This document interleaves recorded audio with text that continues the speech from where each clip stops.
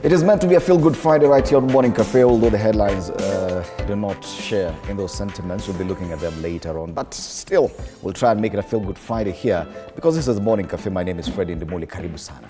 My name is Anne Odida. It is the International MSME Day. This is the day set aside by the United Nations, of course, to raise public awareness of their contribution to sustainable development and to the global economy. This is Morning Cafe. Karibu sana. It is the 27th of June 2025, 178 days into the year. Next week we'll be marking pale katikati ya mwaka. Next week I'll tell you when. First half. These are the headlines today. Death's destruction. That's the front page of the Standard. Still against a black backdrop. Taifa leo, machozi na hasara. Hata hasira pia iko pale. Tears and losses. I think this is a direct translation from what we've seen on the front page of the Taifa Leo. That's the Daily Nation. The Star, chaos aftermath, deaths rise to 15. According to the Star, there are 15. Ruto allies demand Gachagwa's arrest. And according to the People Daily, the death toll is actually at 18. Finally, Business Daily, insurers face rise in protest claim losses. All right. And these are the headlines we'll be looking at. Today being a Friday, it is a youth perspective. We'll be having these young people in studio just to gauge their feeling about what happened on Wednesday this week and going forward what we should expect from them. Let's try and see what people are talking about across the region. And we start off in Uganda. And yeah, the Chief of Defense Forces ako pale kwenye front page. General Muhoozi strikes again against fake intelligence. While the Chief of Defense Forces taps top spy masters and police chiefs to investigate the gross and flagrant acts of disinformation and deception committed by officers relating to explosions in Kampala this month. And you wonder why the military should be bothered with that. This should be for the police. Anyway, the big headline has nothing to do with that. It is a cost of party flag. Yes, what it would cost you to get a ticket from any of the political parties in Uganda. So if you're running for president and you want the ticket for NRM, that's a National Revolution Movement, you just pay 20 million shillings. Yes. Ugandan shilling. Oh, it's Ugandan money. If you want to run for MP, 3 million, Lord Mayor, 1.5 million, Mayors, 750,000, Councillors, 20,000 bob, which is between 20,000 and 1 million. I'm on a semanini. Like in NUP, each ama ya Bobby Wine, everything is free. Wow. From the president, you at Ulipi. PFF, you'll pay 2.5 million to be president or to get the ticket. Other parties are FDC, UPC, and Alliance. So I think the most expensive tickets are from NRM and UPC. Yes. So that's a story. Aspirants across the political divide are partying with millions of shillings, Ugandan money, which parties say are one of the sources of financing their activities, including meeting administrative costs, nomination, and general campaign expenses. So unaona tunajitayarisha for elections in Uganda coming next year, 2026. That's the Daily Monitor. New vision still in Uganda. Voters' choice, district bosses. Uganda decides in 2026. Respondents were asked an open-ended question in a poll conducted between March and May. Who do you think should be this area's district chairperson? Matters election gaining momentum in Uganda. This whole week we've been talking about siasa tumeona wanawake. Who will you choose as a female, representative of a certain district? Today we're talking about these men here on the fourth page. From page 4 to 7, this story has been covered there on the voters' choice. And at least in Uganda, you can see the momentum is growing, at least a year before the elections. In Tanzania, they took time. This whole year, hata bado ukiangalia, it's just mama amesema, mama amefanya, mama atatenda.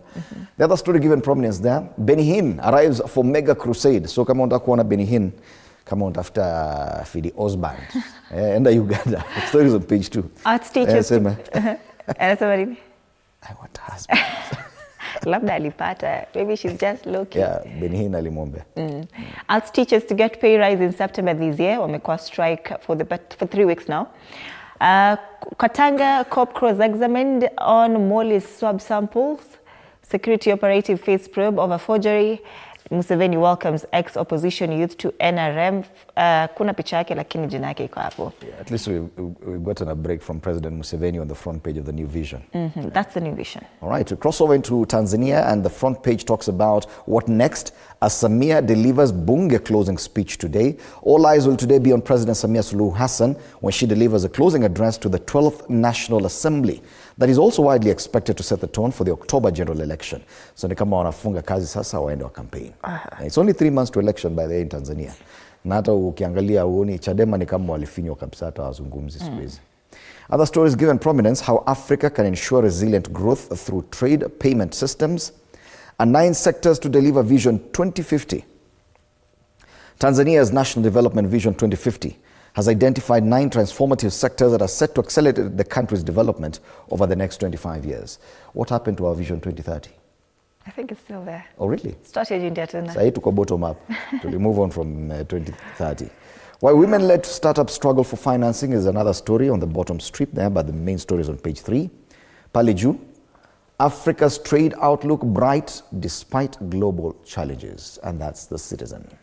Tukisalia kule gazeti la Mwananchi, wajumbe Chama cha Mapinduzi wageuka lulu, watia nia wawasaka tawi kwa tawi, huku vikao vya usiku vikiendelea licha ya katazo la CCM. Mbinu zitazotumika zatajwa, baadhi ya wajumbe wadau wazungumza, kipenga kupuliza rasmi kuanzia kesho. Mjumbe mmoja anasema pale washirika wa karibu wa wabunge au madiwani wanapita sasa hivi kila maeneo, wanachokifanya wanakupigia simu ili muonane hata eneo lisilokuwa rasmi katika nyakati mbalimbali ikiwemo usiku wa manane. Official campaigns begin tomorrow after they close parliament today, lakini hawa wajumbe who are still in parliament till today wameshaanza campaign. Unofficially ndio wanaitwa wamekuwa lulu. Sio, unajua sasa kusema lulu hapa Kenya na kwa mambo mengine. Wajumbe wa CCM wamegeuka lulu. Masikio kwa Samia, hotuba ya kuvunja bunge wakati bunge la 12 la Jamhuri ya Muungano wa Tanzania likimaliza muda wake. Macho na masikio ya Watanzania yatakuwa bungeni ambako Rais Samia Suluhu Hassan atatoa hotuba yake ya kulivunja bunge hilo for campaigns. Anaonekana pale akiwa ndani ya ndege. Ama ni SGR. Ni ndani ya SGR.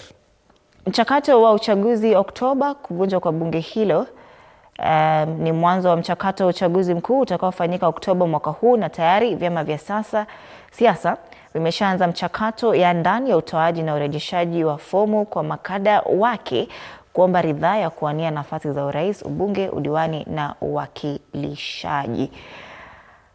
Alama muhimu zinazoachwa bunge la 12 likivunjwa, habari kamili katika ukurasa wa 8. Na kule juu, JAB yataja kibano kwa waandishi wanaotaka nafasi za kisiasa. Gazeti la Mwananchi. Pale kuna habari ambayo inatoka Zambia. Nakumbuka kuna rais wa Zambia Edgar Lungu aliyeaga dunia mwezi huu. Nafikiri tarehe 5 mwezi huu. Bado hajazikwa. Familia yake imesema atazikwa kule Afrika Kusini sababu hawaelewani na rais wa Zambia wa sasa Hakainde Hichilema, lakini sasa wanasema Zambia yapinga kotini Lungu kuzikwa Afrika Kusini. Their former president, his family wants the body to be buried in South Africa. Lakini koti imesema no, you have to bring him back, he is our president, he is ours. Pale kuna naona welcome to Tanzania. Hii ni border ya Kenya na Tanzania. Nimeona flag ya Kenya pale nikashtuka kidogo, lakini tuko sawa. Mwananchi. Tuangalie weather. Turejelea hapa nyumbani tuangalie hali ya anga. Mawingu yanazidi kutanda katika maeneo tofauti ya Afrika. Karibu na Kenya, probably areas around South Sudan, on the border with Ethiopia and also the border with the DRC. Kama kawaida vile tuliona jana, kuna curve ya hiyo nini inaenda kule Ivory Coast, Nigeria. East Africa, not much cloud cover, but you can see these dots of white here from the central part of the country going down past Nairobi into Tanzania. Let's start in Isiolo, because you know what has happened in Isiolo? Yesterday, MCAs impeached their governor. Governor Guyo has officially been impeached by the County Assembly of Isiolo. So we do expect that will now move on to the Senate. Big debate there. Huyu ameitwa na Senate mara kadhaa na anaambiwa wewe ni kama uko kichwa ngumu. So I don't know how the senators will vote for him once this impeachment comes to the Senate. So in Isiolo, it's 19 degrees Celsius as we speak, quite warm, but mostly cloudy throughout the day, highs of 28 degrees. No chance of rain there. So that's Isiolo. Let's go down south to Ukunda at the coast. 24 degrees in Ukunda, feels like 26, partly cloudy day, highs of 27 degrees. Precipitation in Ukunda, 0.1 millimeters. All right, to the western part of the country in Kakamega, it is 14 degrees as we speak. Cooling expected over the next 3 days, but today clear with periodic clouds. Highs of 27 degrees, which is quite warm, 0.1 millimeters, just like Ukunda. 12 degrees in Nyahururu, feels like it. Clear skies, highs of 22 degrees. Precipitation in Nyahururu, 0.3 millimeters. And that probably is the highest we've seen so far. What about Nairobi? Bado tuna tiagas haijaisha. In Nairobi, it's 16 degrees Celsius. A very cloudy day. Today, highs of 25 degrees, which is a bit warm. 0.9 millimeters. Generally not much rainfall expected across all the regions that we've seen so far. Today being a Friday, I'm sure kuna watu washafika maeneo ya kujivinjari jana jioni. Sasa leo bado hawajaamka. So Friday traffic, typical Friday traffic, but I can see a stretch of red pale Makadara along Jogoo Road, meaning it's building up along Jogoo Road. Other areas that I can see, Haile Selassie Avenue around Railways Roundabout, it's building up slowly. Pale Thika Road, once you get to Outer Ring Road, between Outer Ring Road, Allsops and KCA University, it's building up, but Pangani Interchange bado hawajaamka. So you can see whatever is happening here at, from Allsops hadi pale KCA University, but further up nothing much to report. Leo ni kama watu hawajaamka. Hata pale hii barabara inaitwa Kangundo Road ni kama watu hawajaamka, but Outer Ring Road kuna issue hapa pale fedha. Watu wa Eastern Bypass wale wanatoka Utawala, there's a problem there. Before you get to, and this is actually at Utawala, there's a long stretch of red all the way from Utawala, all the way mpaka karibu Airport North Road, pale kwa ile roundabout. A very long stretch of red. I think that's where we have the biggest problem along the Eastern Bypass. Kwingine, it's Nyue all the way into town. Typical Friday traffic apart from what we're seeing on the Eastern Bypass. Let's take a look at the quarter video.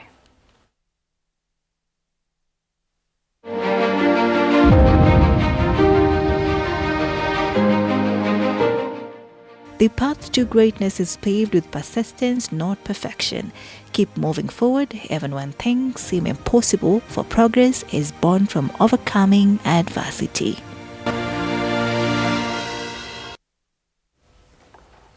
All right, let's come back and take a look at the local dailies in depth.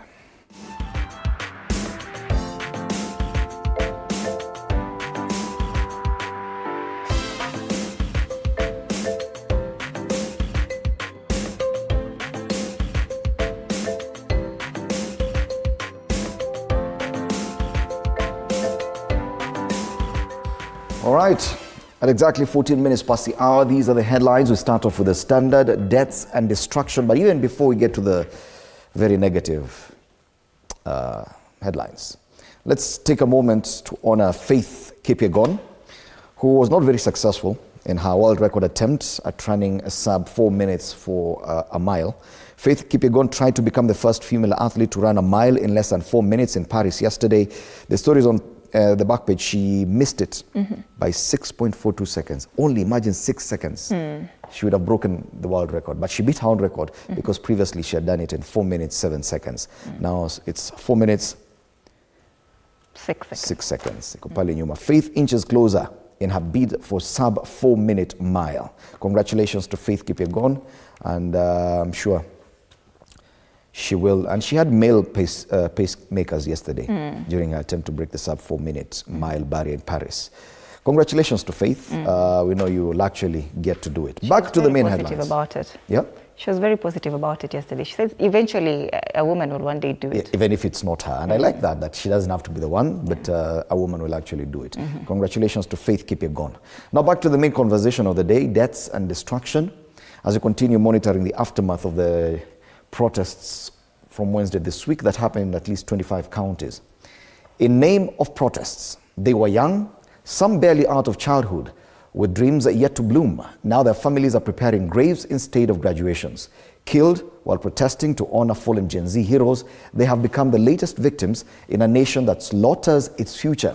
Before their blood even dries, Interior CS Kipchumba Murkomen has doubled down, issuing a chilling shoot-to-kill order. And I had the CS speaking and he was raising his voice. It just sounded off, that he was raising his voice and shouting, almost screaming. And you wonder, okay, I think you're in control, you should be in control. And when you're in control, you lower your voice kidogo. When you're shouting, we can actually tell you've lost control. Yeah. So CS Murkomen, communication 101, don't shout. So 15 is the number of protesters who activists say died in Wednesday's protests. And a very dark picture there of the kind of destruction that was witnessed. This story has actually been given a lot of pages, 2, 3, 4, 6, 7, 8, 10, and 12, including page 1. So let's look at some of the headlines.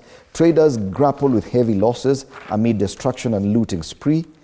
Yes, traders lose millions to looters on rampage, and I still don't understand how they went for ATMs. Yeah, in Githurai. Aftermath, 15 dead, survivors, nurse injuries after deadly protests. That's on page 4. Same, Gen Z revolt. CA forced to restore TV signals as sportsmen sued over internet posts. We'll be having young people in studio and I'll be asking them, how do they really consume content from television stations? Do they watch through terrestrial signals or kwingine? Ndio tujue kama it had any effect. Kindiki now blames church diplomats for protests. In Bunge Jana, they were calling for Gachagua to be arrested. Disillusioned youth find voice in dark humor.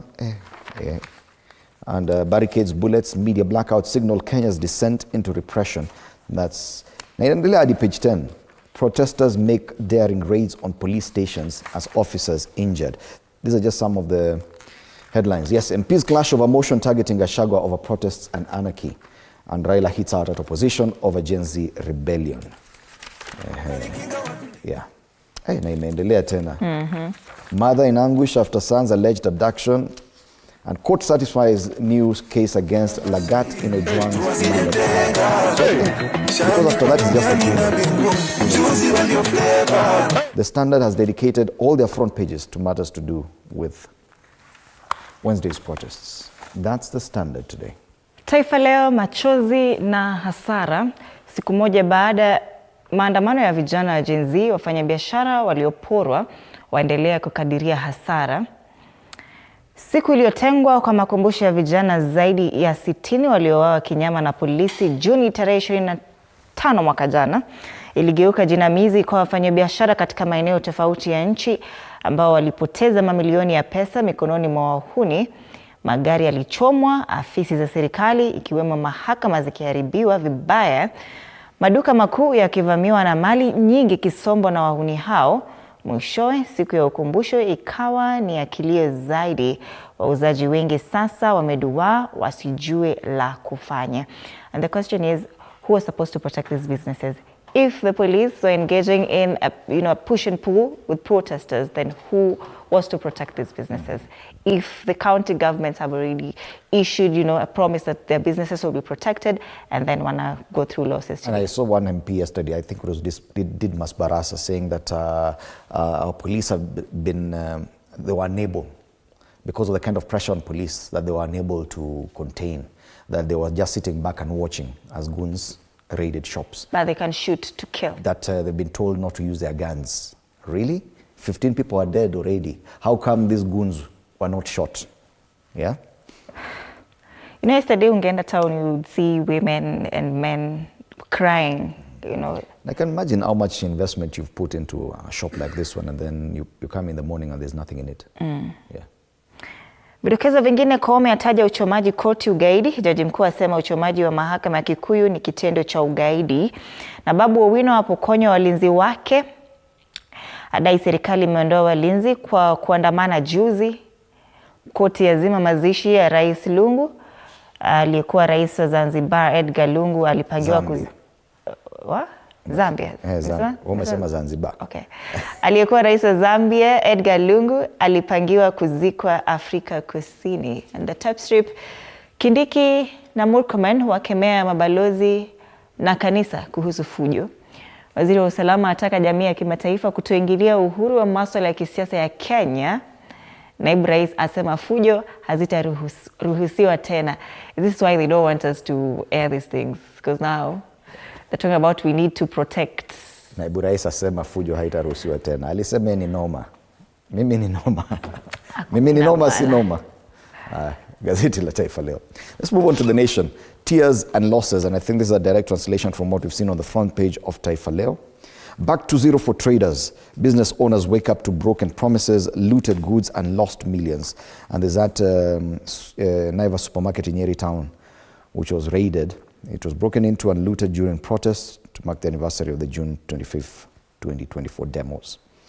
Families' pain and agony. Homes, villages thrown into mourning as protest deaths jump to 16. So the Daily Nation talks about 16.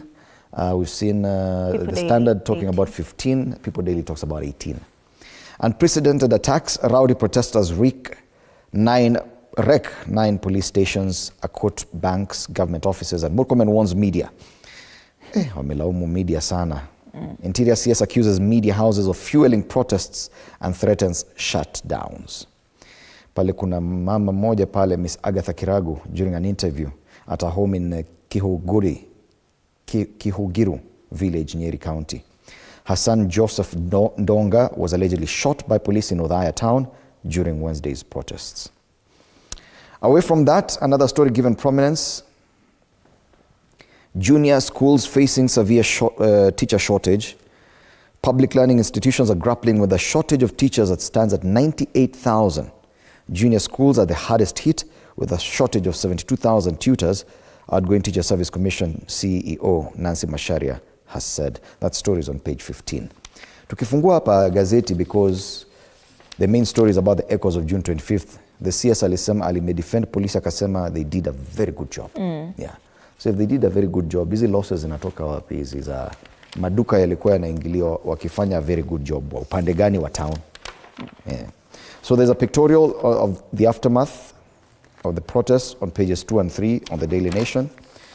Tears as families thrown into mourning. Some of the pictures of people killed.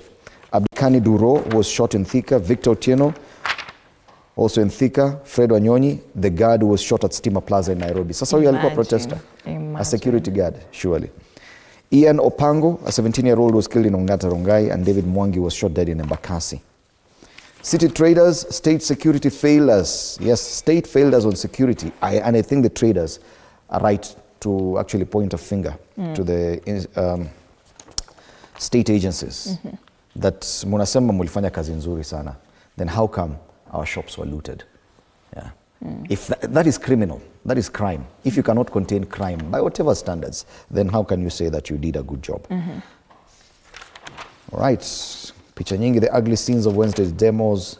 Na pale Murkomen ako pale page 11 akishout. Murkomen defends police excesses during protests. And he has warned the media of a coverage of demonstrations. That's the Daily Nation. Back page, Nyayo Stadium not spared by goons. Walifika hata Nyayo Stadium.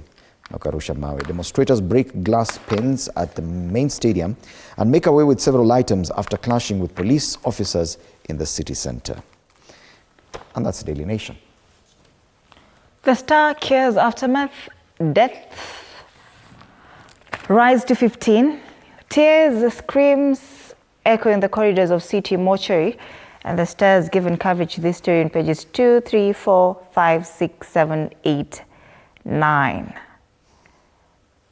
A total of 9 pages. It's a very, very heart-wrenching picture on the front page of the Star, Weekend Star. A woman there, distraught woman. I think she's just discovered that a child is among those who died. They actually say she's called Susan Wanjiku, sister of Moses Mwangi, with her friends consoling her at a Nairobi funeral home. The brother was allegedly clobbered to death by police officers at OTC Nairobi on Wednesday during the Gen Z protest. Tukiangalia huku ndani, Uhuru takes charge as coup plotters kicked out of party. Families identify bodies of relatives killed in protests. Grief and heartbreak for families as death toll rises after demos. Raila Ruto allies say Gachagua using Gen Z to attempt coup Anyway, it's a youth perspective. They'll be here. They'll tell us what link is there between Kenyan youth and Rigathi Gachagua. Could it be that the one man, Rigathi Gachagua, can appeal to all the Kenyan youth? If he can, then he must be a very powerful guy. So did he also do it last year? Wacheni jaba nini. Murkomen slums demos as campaign of terror. Of course, traders count losses as demos leave costly chaos. Loss destruction in demos aftermath. Kenya's global image takes a hit over rights abuse and state repression. MP Were Mada, rival Aroko, now turned state witness. Investors bleed as Gen Z protest wipe out billions. And state weighs law to enforce insurance to cover riot losses. That's the Star, fresh, independent, different. Today being a Friday, there's a siasa pull out there. Thin line divides credible service and rogue force. And there's something there about Murkomen, Raila and Ruto allies. Of course, that story is on page 6. I've talked about it. Gachagua is using Gen Z to overthrow the state. That's the Star. From the Star to the People Daily, Ruto allies demand Gachagua's arrest. After 18 people killed, 700 injured, 88 police vehicles, 5 stations burned, and investment dreams shattered in demos. And I think this one probably, in terms of the magnitude of the protests and the damage, the aftermath, perhaps this is actually bigger than what we saw last year. Of course, many more people died, but 18, according to the numbers given by the People Daily, that's a story there. And yes, this matter was discussed in Parliament. MPs demand action against Gachagua. The story is on page 4 of the People Daily. Several government-allied MPs are calling for action against former Deputy President Rigathi Gachagua, whom they accuse of orchestrating violence during the June 25th protests. They simultaneously urged President William Ruto and police to deal firmly with criminal gangs infiltrating Gen Z demonstrations. Some of them who spoke that way are MPs Didmus Barasa, Japhet Nyakundi, kuna mwingine Mark Nyamita, Irene Mayaka, and Trans Nzoia woman rep Lilian Siyoi. Yes, that's a story there. Wanataka Gachagua kamatwe, wanasema yeye ndo alifanya Gen Z wakaenda barabarani. Finally, Business Daily, insurers face rise and protests claim loss. Insurers are facing a fresh surge in claims as businesses and property owners assess losses and damage from vandalism and looting that accompanied protests to mark the first anniversary of the anti-government demonstrations of 2024. Now, the painful aftermath of the Wednesday protest reported in 27 counties came to the fore yesterday as business owners who had stayed away from towns to avoid being caught up in the chaos returned to their premises. Businesses in Nairobi's central business district along Mfangano Street, Moi Avenue, Koja and OTC were the most affected. Many were broken into and stock was wiped out and even stores torched. On the ticker, public servants win legal battle for club membership packs. Stanbic to raise 13 billion shillings for startups financing, and NSC adds 21 billion shillings investor wealth buoyed by foreign purchases. That's the Business Daily.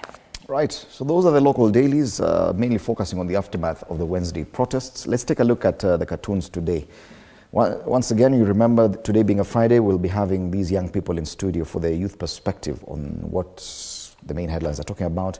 Is it worth it to continue with these protests? Do they agree that the goons have taken over and are causing more damage than was intended?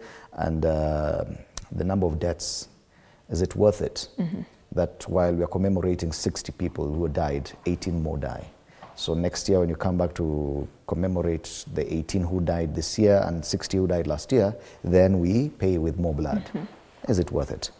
You know, even maybe this is underreported. Maybe we haven't recorded more. Yes, and I get the feeling that as we continue, the numbers will keep rising. Yes, which is very unfortunate. Anyway, let's take a look at the cartoons this morning. And we start off with a cartoon on the Star. Pale wako na Gen Z, ameumia mguu moja katika ring ya boxing, na upande mwingine kuna polisi pia ameumia mkono. Wanaitana hapa mashujaa power, na upande mwingine wana police. Nafansema I am 25. The date is 25. Most of them are turned 25, Gen Zs. So Gen Zs versus police in the boxing ring. That's a cartoon on the Star. The Standard, matters politics, of course. The president and former prime minister have been caricatured here. And Raila anasema pale, we can't be campaigning forever when the elections are over, you wait. What? And you see, this, I don't know what to call it, because this same gentleman is the one who has taught us how to agitate and campaign in between electoral cycles, that we don't have to wait until the next elections. But now he's saying, now people have to wait until the next elections. Meanwhile, wanafanya empowerment programs. Alafu anasema, he who pays the piper calls the tune. That's a commentator. So who's paying the piper? Ule anabebwa pale juu. People Daily. People Daily, goons are here again on a caricature. We are ready, bring the elections now. That's how Kenyans prepare for elections. Goons for hire. 2027 elections. Goons have taken over. Have they also taken over the protests by young Kenyans? And what effect does it have? Finally, the one on the Daily Nation, similar thing. And hapa chini kuna jamaa, CS for Interior, Kipchumba Murkomen, amejifunga macho, amefunga mdomo, amefunga masikio. See nothing, say nothing, hear nothing. Meanwhile, kule kwa clouds, a lot of things are happening. Kuna goons wanabebwa na polisi kwa pikipiki. Askari wenyewe wanafiatua risasi kiholela holela, na goons wako na marungu kule town. So goons have taken over. So I think it's the same theme across all cartoons. That's the biggest story, the aftermath of the protests and demonstrations. Yes, it is a Feel Good Friday, so we're going to be having DJ Granite later on the show. Do stand by for some good music and vibes coming your way. Ano Dida najua utakuwa umavalia that black number leo atakipata-pata. We'll be having Mondi G, a music artist from Tanzania, joining us as well. And today being International MSME Day, we'll also be having this conversation with Mendy Njonzo, Director, KCB Foundation, on matters MSME. Right, so a lot in store for you throughout this show. Be sure to be part of the conversation. The youth perspective coming up after the break. A number of young people will be in studio. These are their faces. We'll be engaging them on some, and some of them are already in studio. I can see wameingia mapema up and early to discuss these matters. So do stand by for that conversation. Meanwhile, interact with us on our socials, TV47 Kenya on Facebook and on YouTube, on X at TV47NewsKE. My handle is at Ann_Dida. The hashtag is Morning Cafe. Feel Good Friday. Oh yes, my handle is at Fred Indimuli. See you after the break.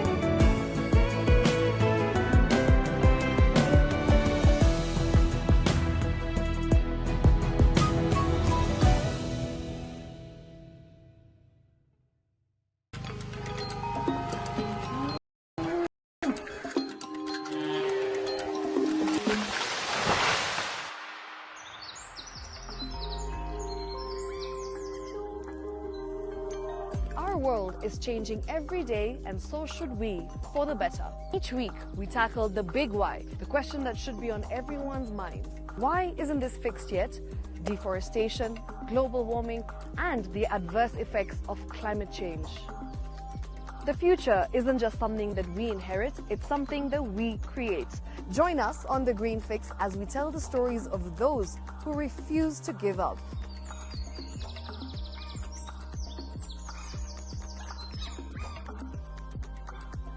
When it comes to fixing the planet, there is no time to waste.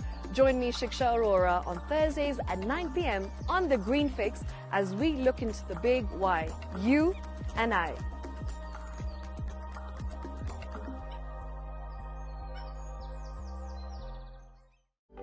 For comprehensive information and education on your health, Body Garage is here. Don't allow anyone to pluck out your good tooth as long as it is strong and stable. Cancer doesn't start today and you get the symptoms tomorrow. By the time you pick it or the time it is manifesting in you, probably will be there about 5 to 10 years. The eye is the window to the rest of the body. Don't forget to stay hydrated. And of course, you at home, do take your water. So the ultimate test is actually you check your urine. Your urine should be clear. Clear like the water. Yes. Should be able to see the other side of the urine. If your urine is colored or has changed color, you cannot see the other side, then you have not taken enough water. Don't forget regular health checkups. Early detection saves lives. I want the message be, we can prevent cervical cancer. We prevent cervical cancer in several ways. You have young girls and even somebody who's above that age, you can pay at least every 3 years. Somebody should have a pap smear done. If you are 40, 45, 50, going upwards, once a year, please go see a doctor. Yeah, it's just for normal routine maintenance.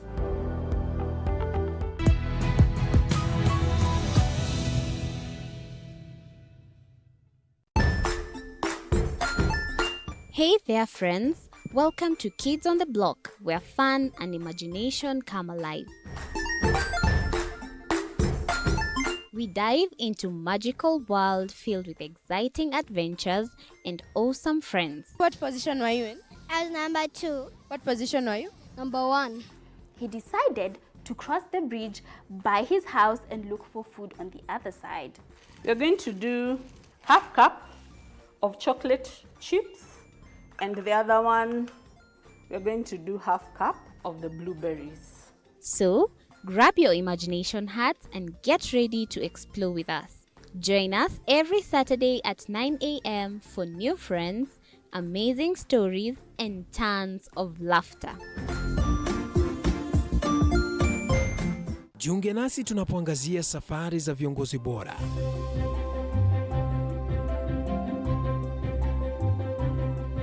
Kutoka kwa ushindi mkubwa hadi masomo magumu. Wakati wetu kwamba wasichana si wa kusoma, ni wa kuolewa, ng'ombe ipatikane, wazazi wakuwe watajiri. Tunashughulikia yote.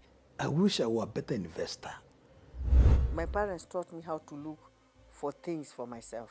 Tazama Mfahamu Kiongozi, ambapo kila kipindi kimejaa maarifa, mikakati na hadithi za kukuza azma yako. For me to succeed, I have to fight. Kila Alhamisi saa 1:30.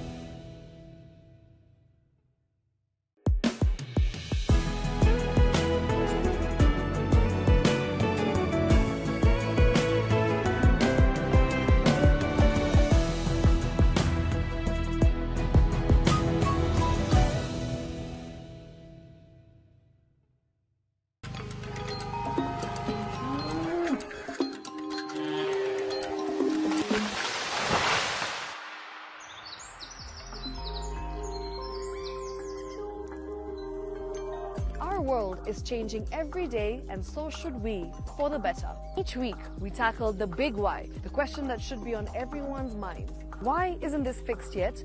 Deforestation, global warming, and the adverse effects of climate change. The future isn't just something that we inherit, it's something that we create. Join us on The Green Fix as we tell the stories of those who refuse to give up.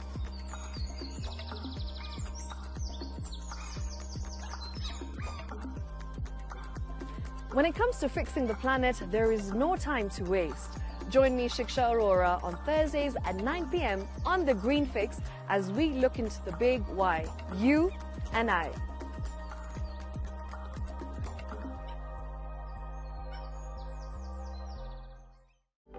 For comprehensive information and education on your health, Body Garage is here.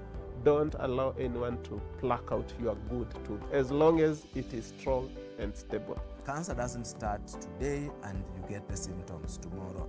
By the time you pick it or the time it is manifesting in you, probably will be there about 5 to 10 years. The eye is the window to the rest of the body. Don't forget to stay hydrated. And of course, you at home, do take your water. So the ultimate test is actually you check your urine. Your urine should be clear. Clear like the water. Yes. Should be able to see the other side of the urine. If your urine is colored or has changed color, you cannot see the other side, then you have not taken enough water. Don't forget, regular health checkups. Early detection saves lives. I want the message be, we can prevent cervical cancer. We prevent cervical cancer in several ways. You have young girls and even somebody who's above that age, you can pay at least every 3 years. Somebody should have a pap smear done. If you are 40, 45, 50 going upwards, once a year, please go see a doctor. Yeah, it's just for normal routine maintenance.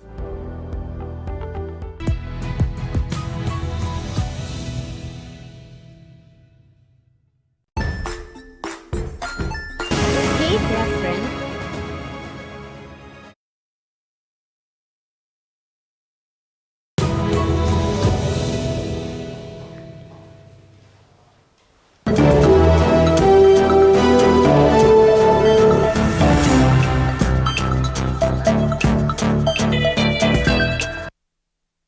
Nilikuwa nasema most yako hospitali.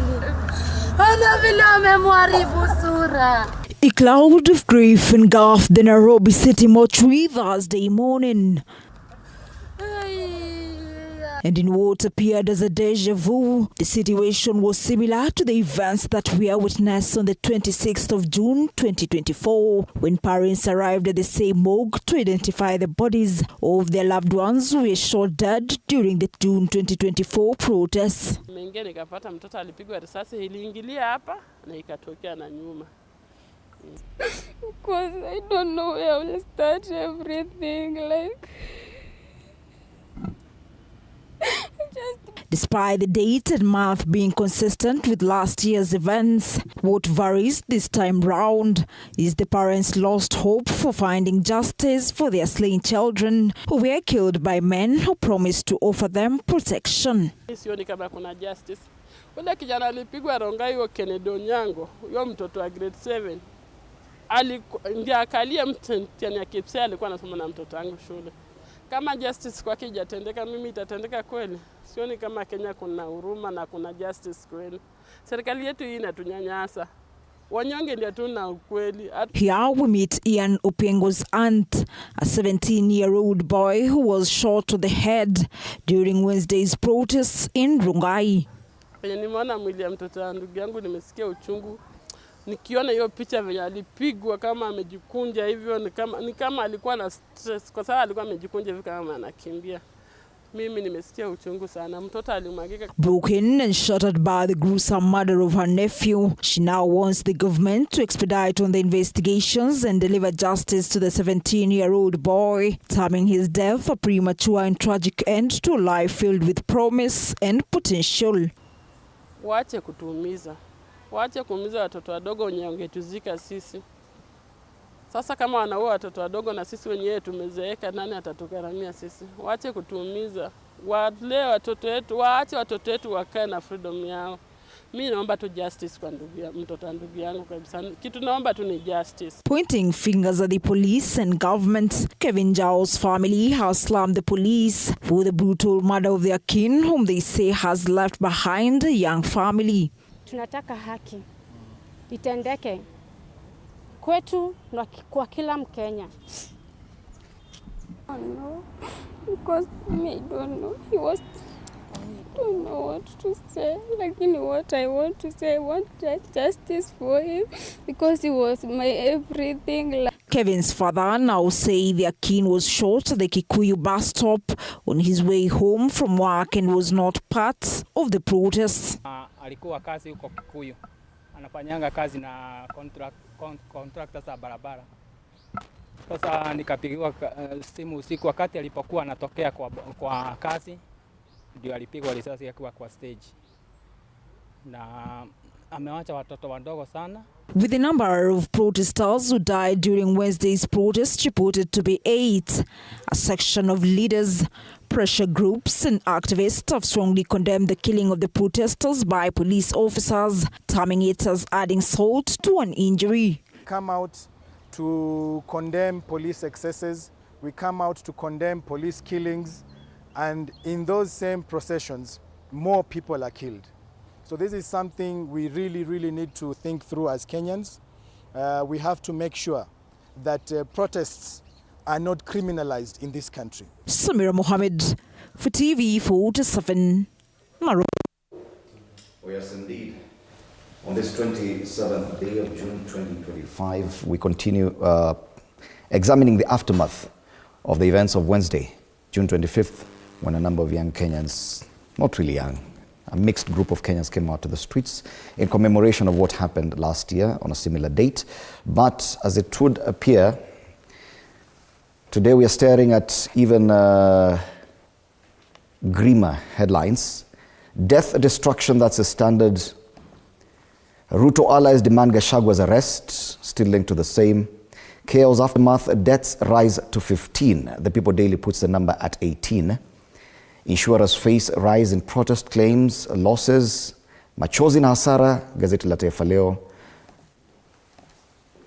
And on the Daily Nation, tears and losses. Today being Friday, we have a group of young Kenyans in studio to help us understand what's happening and with their perspective about what happened this Wednesday. Let me introduce them, beginning on my immediate right. Dennis Kariuki, who is the President Emeritus, African Nazarene University. It's good to have you in studio. Karibu sana. Also joining us, Robert Makoha Wangoko, President Bunge la Mwananchi Nakuru. Karibu sana and good morning. We have Githuku Kiama, a youth leader. Karibu sana. At the back there, Kelvin Nyamache, CEO Edulite International. Karibu. Thank you. I also have Njamiu Blanche, a youth leader as well. Dishon Mutua, MCA aspirant Matungulu Eastward, and another youth leader, Joy Mwenda. Karibuni sana. These headlines, if you look at them, they're all negative headlines this morning. The intention was that the demonstrations were going to be peaceful across the country, simply to commemorate the 60 or more people who perished or who lost their lives in the demonstrations of June 25 last year. But if you look at the headlines, we are talking about more deaths. And the question is, Dennis, what went wrong? You see, the problem nowadays is that everything is wrong. Everything in totality. You see, personally, I'm a resident of Ongata Rongai, and already we have a victim. In last year's protest, we already had a victim, actually more than one, including a child who was actually almost like a baby, you see, going to school, and you are still not even a youth, you see. So now, if I could just give a highlight of what happened in Ongata Rongai, we could see policemen who are on plain civilian clothes. You could see them shooting directly at civilian homes, you see. They are shooting at protesters. So now, you can see the kind of world and the kind of country that you are living in.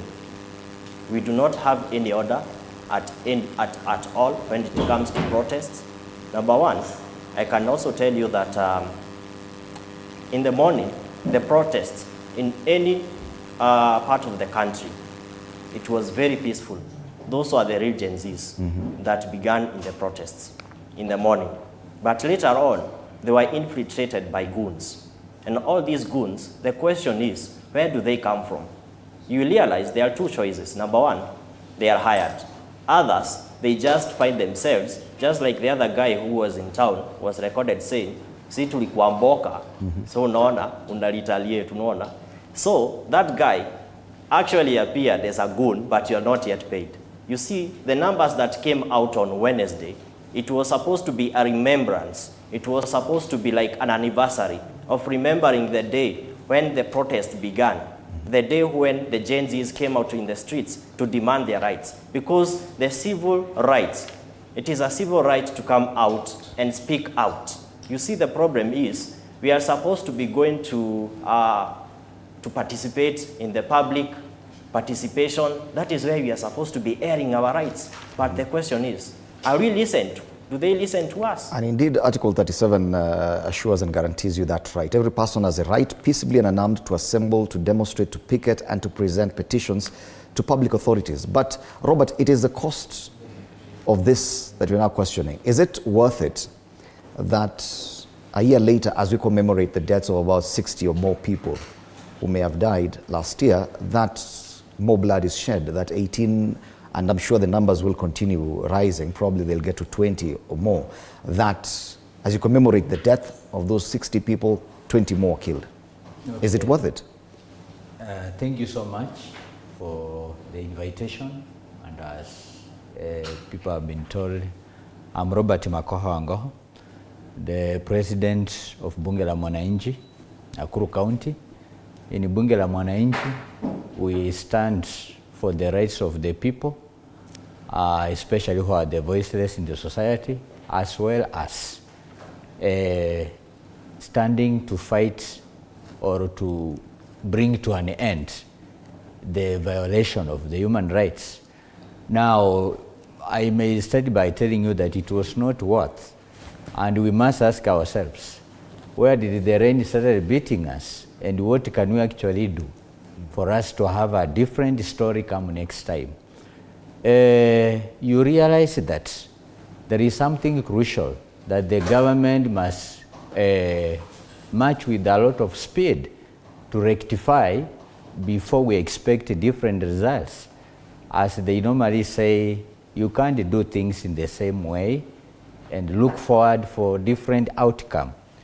The government of the Republic of Kenya, through the Ministry of Defense, are supposed to come up with new measures in the police force. They must enroll special programs concerning the guiding and counseling to the officers, so that anytime an officer goes to the streets, he understands what is expected of him, as a protester also understands himself. At the same time, the government should also move with the speed to ensure that the mini grades that are meant for recruitment, they are also raised. For instance, sorry to use that term because I lack a better word to use. You cannot enroll me with a D- in the forces. I don't know much about the Constitution. And you expect the same me to have read the same Constitution and understand that there is a clause or chapter 1 of the Constitution that is saying power belongs to the people. You cannot recruit me with a D, then expect me to translate the law and say that chapter 37 also gives me the power to picket and assemble. That is one. Secondly, there is no point of a child seeing the parent or the elder brother doing the unthinkable and us expecting the same child to grow up acting in a different way. The moment we had the mention of the name of the sitting governor of the city of Nairobi, Mr. Johnson Sakaja, and from the revelation by the boys who are purported to have been paid to cause havoc in the city of Nairobi, the first day we had the demonstration, or the second time when the mask vendor was gunned down, it was a clear indicator that there is a hand from the politicians. Okay. So as we cry for of whatever that happened on the wrong day, because commemoration was actually what was in our mind. Personally, I attended the protest. I had nothing in my hands apart from the phone and maybe the mask. But I hear you, Robert. Kema, the issue is even for the demonstrators, we've done it before. We've gone out on the streets before, and the result was something similar. Reason why we're commemorating these deaths a year later. Robert says that the definition of madness is doing the same thing over and over, expecting different results. Should we say the same for the demonstrators, those who came out to commemorate, that kind of action from them, even as we criticize police action, that probably even the young Kenyans who are coming out have done it before and they know the result? Thank you, Fred, for having me here. First, it is enshrined in the Constitution, Article 37, that every Kenyan has the right to peacefully demonstrate. for me, I would say we have to not entirely put the blame on the government, but on the larger part put the blame on the government. Because what they've been doing, Kenyans, and especially young Kenyans, have been going to the streets to exercise their constitutional rights. And also to hearts out, to demonstrate, because most of the Kenyans who are going to the streets, it's the government that have forced them to go to the streets. If there are better material conditions, if there are better structures, if the education was not defunded, most of us would be doing well with our lives. But you see the government, what does the government do? It weaponizes the state machinery, tries to curtail. So all the governments do is just being reactive to demonstration, not doing anything, just waiting for the next demonstration. With this knowledge about that the government is reactive and will continue being reactive and will continue using the police in this way, yes, do you think it's right for the demonstrators to continue with the same line of action? So I think the demonstration will not stop. That hasn't to stop. Because this is the best way, this is the most civilized way that protesters and the Kenyan youth are trying to show their despair. They are trying to hold and display their range and courage in a civilized manner. Mm-hmm. Because when you see averagely the Kenyan youth, the people, if you check out the statistics, they are the people who have the highest rates of depression. They are people who are committing suicides. These are the people who grew up being indoctrinated, they grew up with hope. Read. So there's no option but the street. So there is an option. Mm-hmm. Okay, there's an option. But is the other option better? I highly doubt, because we have seen the likes of the political class, they have seen it in the public domain. Even if we have another way we can channel, like trying to vote them out. But what are they saying? Okay. If the votes do not, quote unquote, kura zisipotosha, tutaongeza. What does that mean? So does that mean that our votes are going to count? Our votes are going to count? Okay. That's the question we should ask ourselves. Okay. And the Kenyan youth are not sure of it happening. All right. And we'll come back to continue with this discussion, Kelvin, because I need to understand if there's a better way for Kenyan youth to actually approach this issue. For now, let's take a short break. We'll be right back after this. This is a youth perspective on Morning Cafe.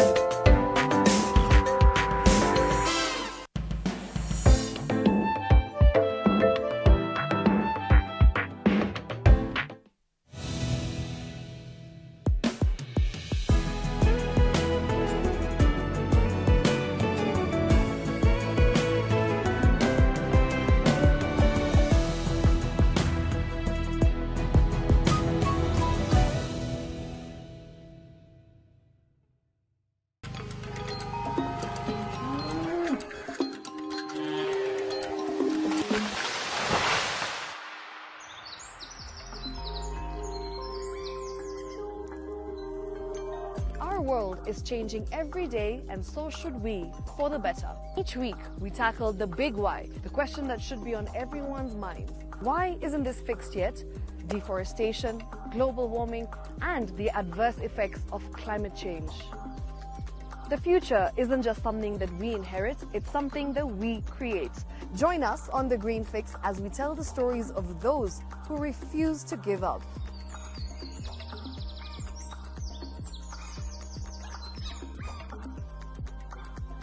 When it comes to fixing the planet, there is no time to waste. Join me, Shiksha Arora, on Thursdays at 9 p.m. on The Green Fix as we look into the big why, you and I.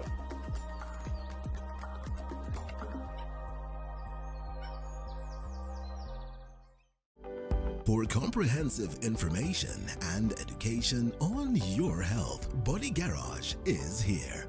25.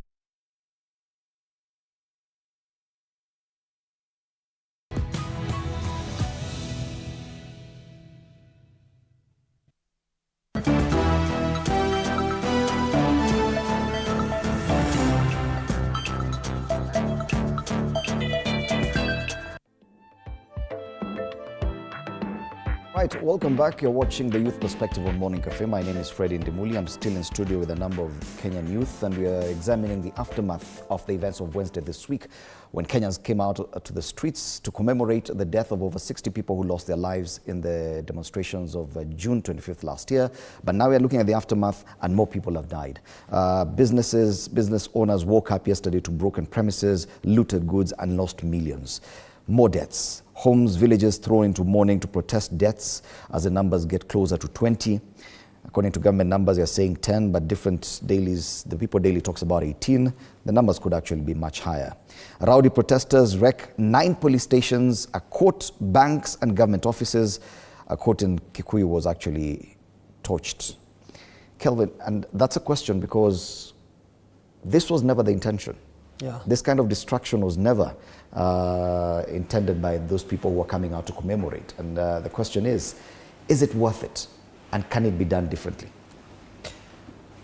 Times have changed. The youth are now more alert than before. They have mastered the art of our political skulldugger's. The youth have mastered the art of a leadership that is very misleading, a leadership that is slowly but surely driving our country to the abyss of anarchy. These young people have gone to school and they're educated properly. They understand where they're coming from, where they are, and where they are headed. They know where the problem is. That's the reason as to why, as one poet says, that they are the pot that is boiling and they are the steam that must escape. They want to take their space in society. Now that the leadership, the politicians who have been given the privilege to lead are blind, they are deaf, they have decided to go to the streets so they can air their grievances in a manner that the government understands. The same government has abducted them, it has killed them, and this has happened for many years. Now, on the 25th, they come back to the streets so that they can commemorate those who died in the 25th protest of last year. And still, the government hasn't seen exactly that times have changed and it has again killed so many of them. Now, this is my message. The legendary Francis Mbuga says in his book, The Betrayal in the City, that when the madness of an entire nation disturbs a solitary mind, it is not enough to say that man is mad, that person is mad. The youth are disturbed by the current standing of the country. They have gone mad. They have gone to the streets. Yes, the demonstrations have been infiltrated by goons, though we need to read the writings in the wall and we need to look at the bigger picture. There is no any other way. Even if they kill thousands and millions of young people, it will even drive them more, more insane. So it's incumbent upon the government to come up with strategies on how it can turn the wheels of time. And the best way the government can do is just to listen. Because from where we are standing, the government is not listening. The government is deaf. Yesterday, I watched the CS Murkomen, make a statement to the country, and I listened to him with a bleeding heart. I anticipated him to start first by acknowledging the fact that we have lost young, innocent people. The 17 years old Dennis Njuguna, the 24 years old Victor Otieno, some people who are not even the protest. Yet they go to claim that the demonstrations were orchestrated by people who wanted to do a coup d'etat. And those of us who are watching, we saw thousands and thousands and thousands of people from all over the country going out with bleeding hearts, trying to tell the government that things are not usual. But the same government seems to be in its own world. Right.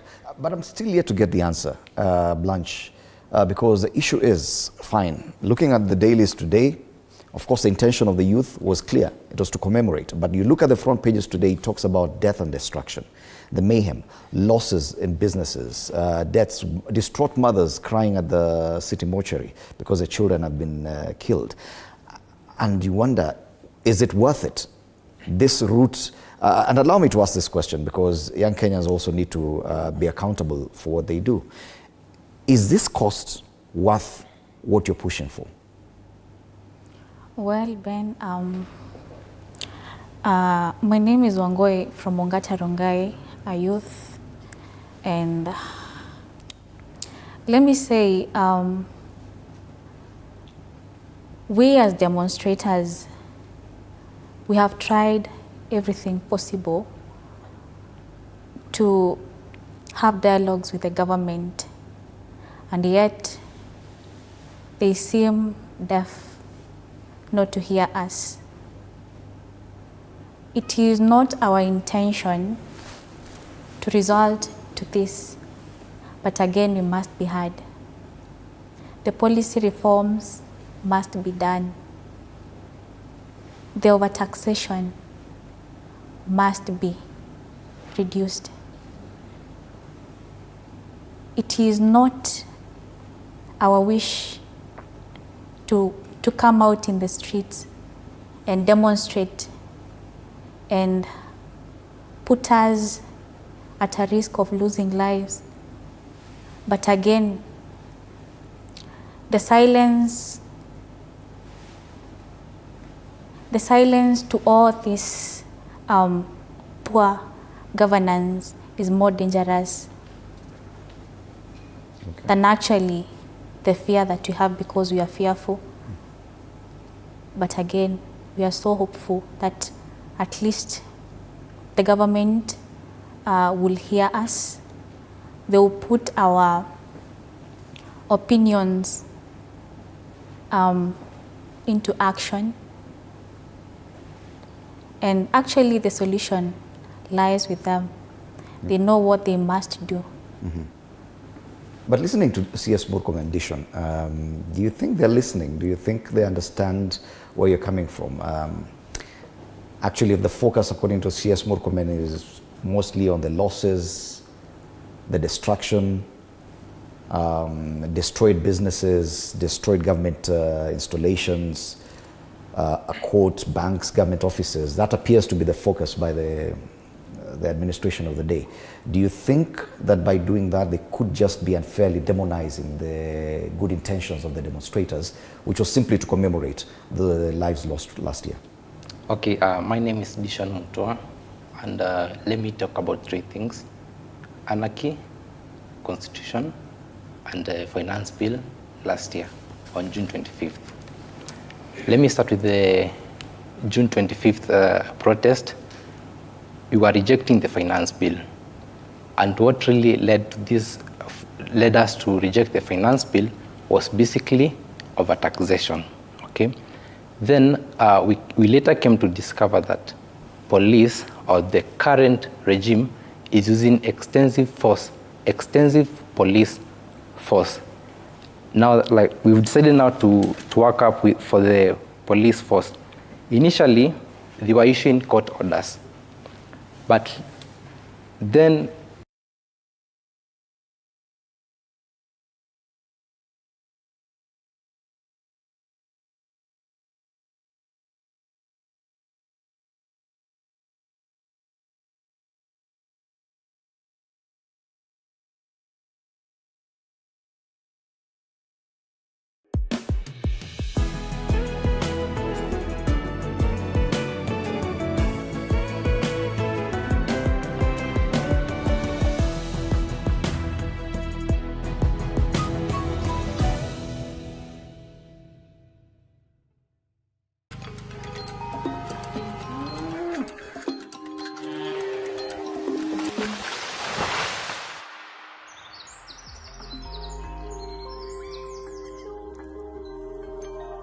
world is changing every day, and so should we, for the better. Each week, we tackle the big why, the question that should be on everyone's minds. Why isn't this fixed yet?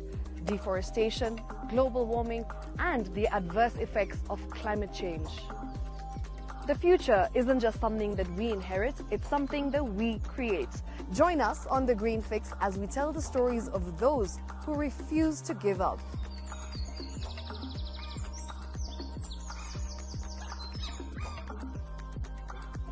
When it comes to fixing the planet, there is no time to waste. Join me, Shiksha Aurora, on Thursdays at 9 p.m. on The Green Fix as we look into the big why, you and I.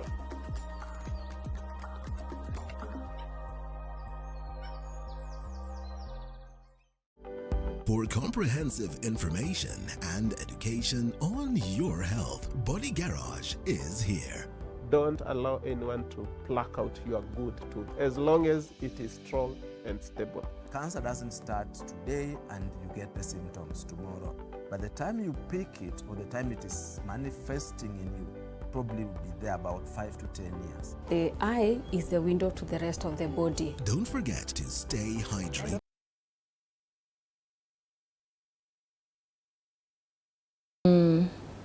Last year it was a very devastating time.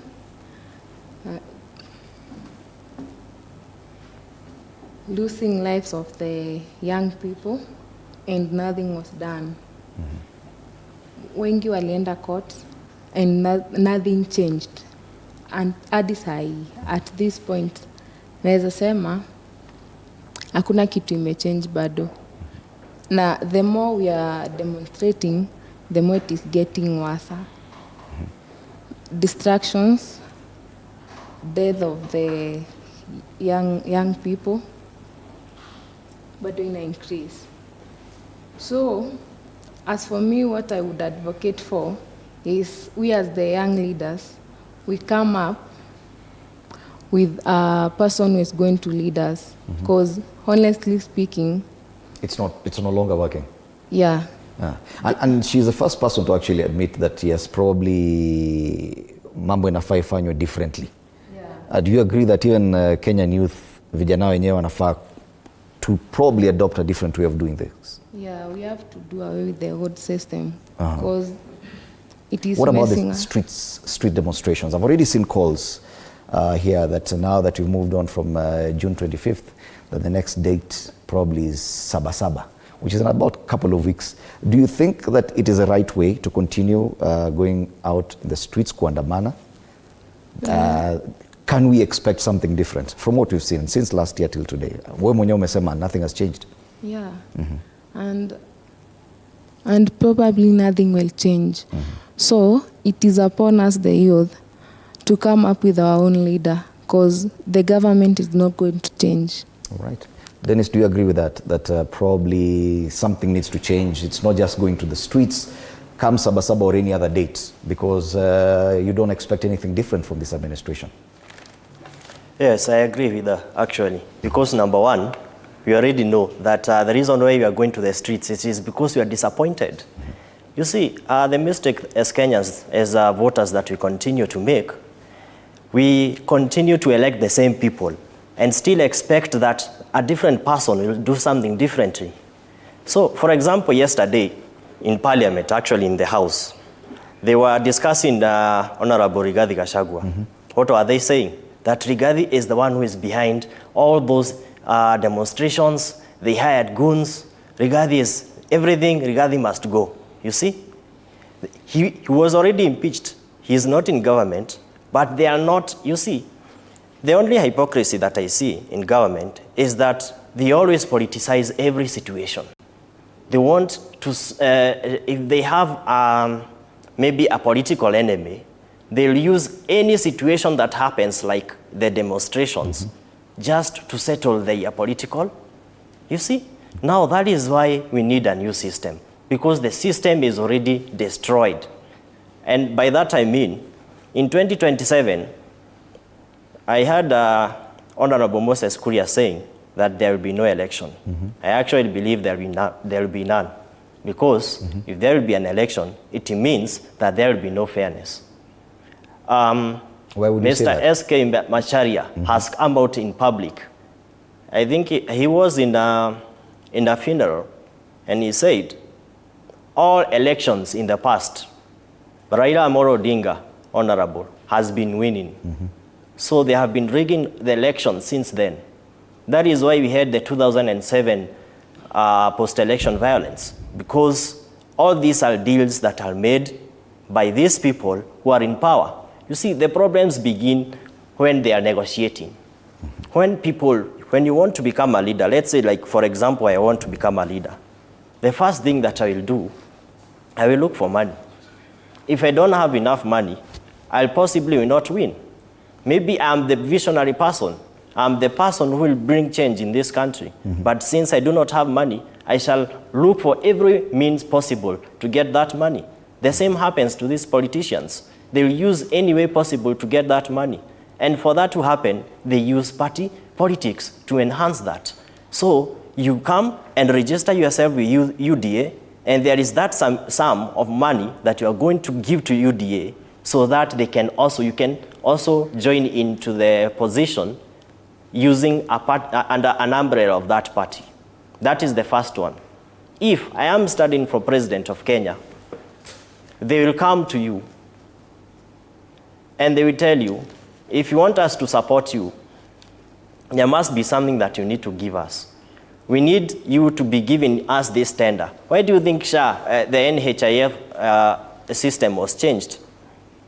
What I am thinking personally is that it was an agreement. It was a deal that was made. I will provide you the system of SHA, but for that to happen, you need to change the NHIF system. Why was the education system changed? Why are we finding students, university students? It was reported just the other day, around 10,000 students have not actually done the examination. Yeah, that is the nature of politics, Dennis, because politics is simply about interests. And those interests will never, ever end, whether in Kenya or anywhere else. Are you saying that you've lost trust in the electoral process in Kenya, which could be the other option apart from that we are talking about? If at all street protests are not working, then the other one is to have faith in the electoral process. Are you saying that you've also lost faith in the electoral process? Yes, the electoral process right now, it's a mess. Even the ABC that was recently appointed, there are already petitions in the court denying that commission to be reinstated. Okay. You see, one thing that I can also point out about all this stuff, it all begins with the elections. By the elections that we normally do, they tell us that we should take IDs and come and wait for the next elections and vote. But when you vote, what happens? Every leader, when they are campaigning, they always tell us, oh, I'm the one who is going to bring change in this country. I will be doing this. They give us fake promises all over. But when you're going to realize that when President William Ruto was elected, he's still making promises even now. And I think the conversation has changed a bit because we're talking about the aftermath of Wednesday. And now we're looking forward at, and possibly it's probably one of the most forward-thinking, forward-looking solutions away from street protests. But back to the protests. Now that they appear they are not working, and as Dennis says, he has very little faith in the electoral process. Are we saying that as Kenyan youth, we will continue with the street protests over and over? And what will be the intention going forward? Okay, thank you once again. Unfortunately, the protests will continue because you cannot have a scenario whereby you went to the streets, for example, last time. Maybe you are willing to change right now. Whatever that you are advocating for was not implemented. You are lied to that actually we have now heard your cry. You have not to continue. Let us throw away this financial bill of the year 2024. Then 8 months later, you realize that government unison is formed between the opposition and the ruling government. Few individuals from the side of the opposition are given posts. Then later on, you are reminded by one of the vocal government leader that, and by the way, do you know what?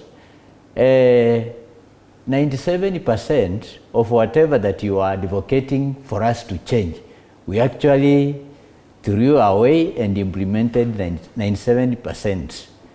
And there is nothing you can do. And we did that without chaos. That was the majority in the National Assembly, Mr. Kimani Ichung'wah.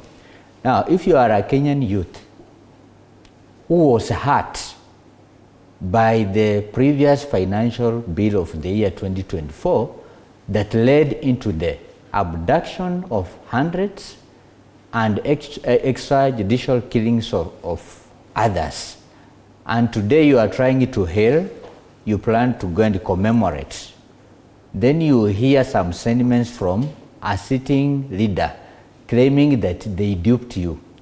Do you expect, or rather look forward for an end to come nearer?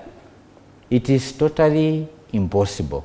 Another thing, one thing you must understand is that street protests were brought in the Constitution to deal or to replace a scenario whereby the government has totally ignored the person who is trying to air his cry out.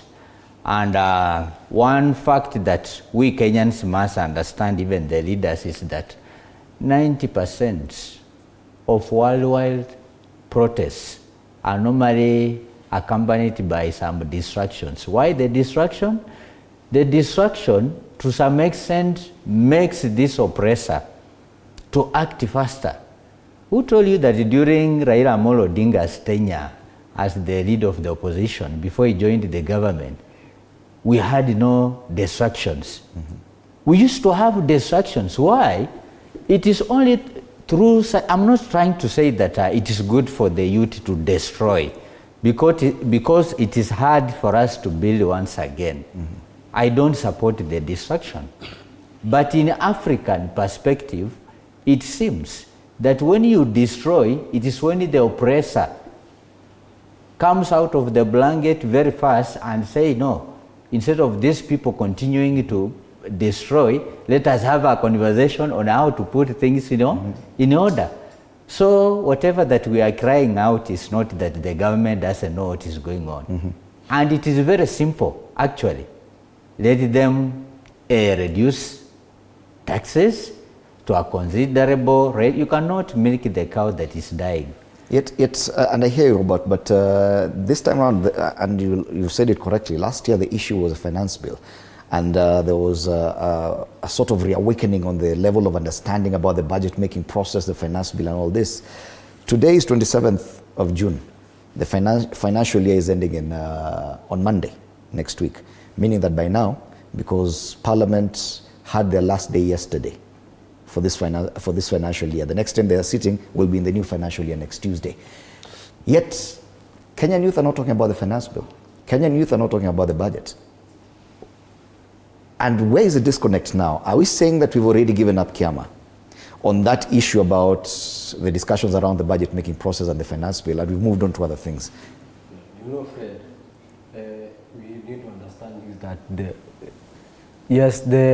the last year's protests were domiciled around the finance bill, but that was the tipping point.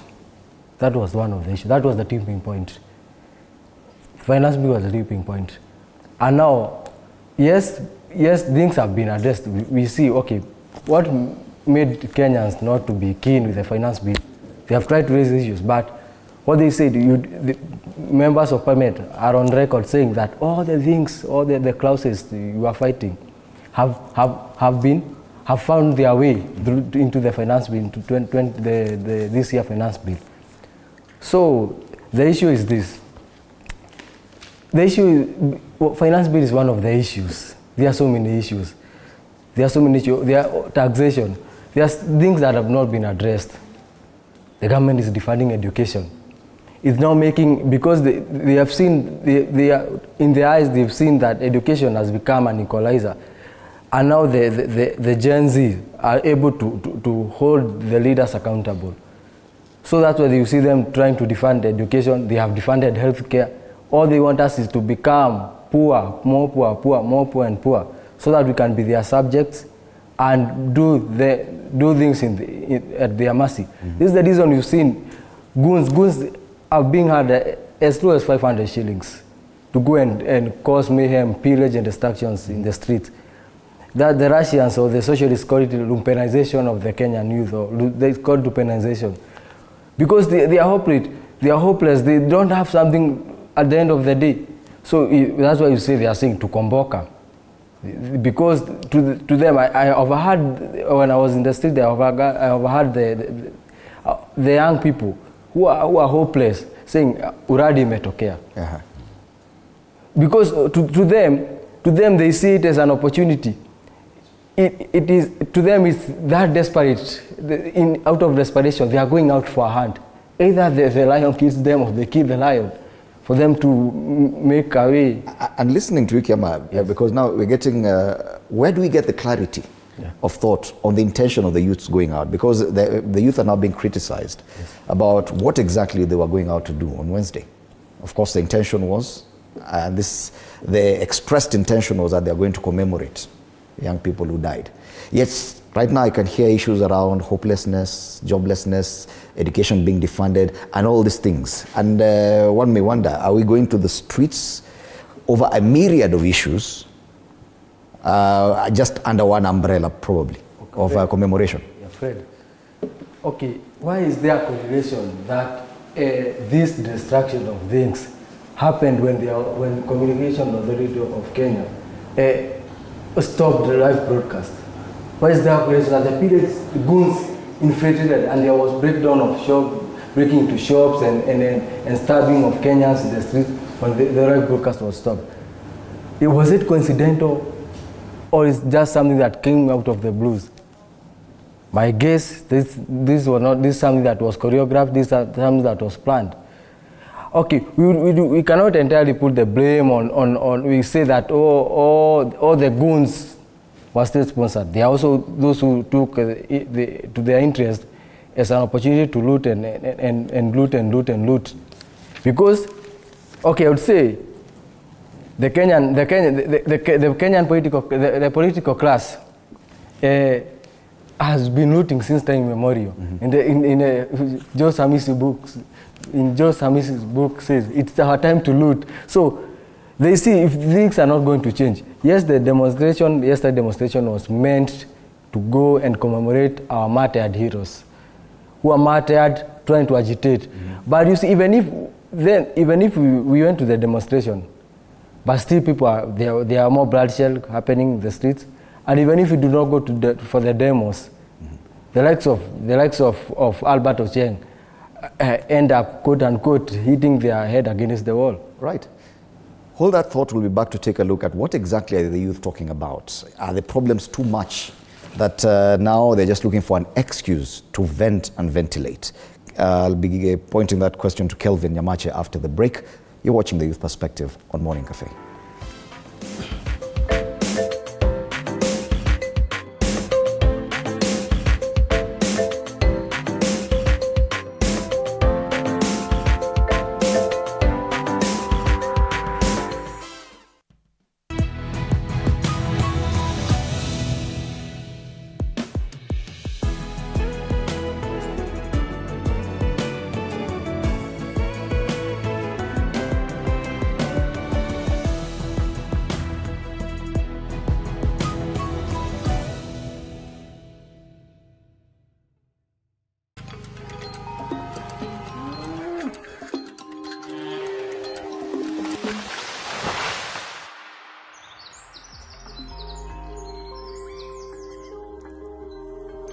Our world is changing every day, and so should we, for the better. Each week, we tackle the big why, the question that should be on everyone's minds. Why isn't this fixed yet? Deforestation, global warming, and the adverse effects of climate change. The future isn't just something that we inherit, it's something that we create. Join us on The Green Fix as we tell the stories of those who refuse to give up.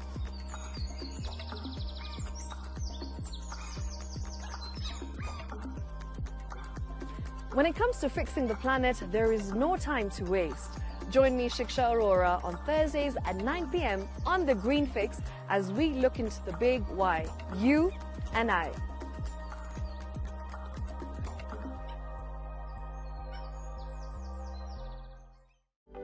For comprehensive information and education on your health, Body Garage is here.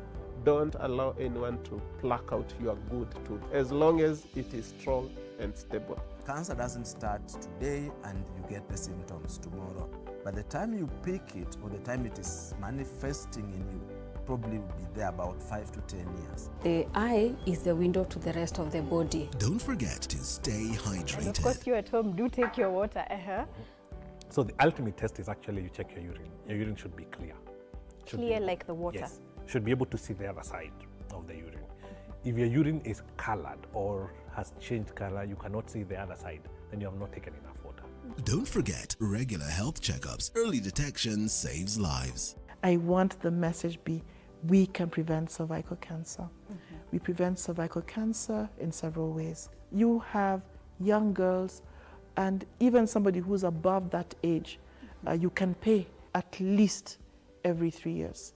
Somebody should have a pap smear done. If you are 40, 45, 50 going upwards, once a year, please go see a doctor. Yeah, it's just for normal routine maintenance.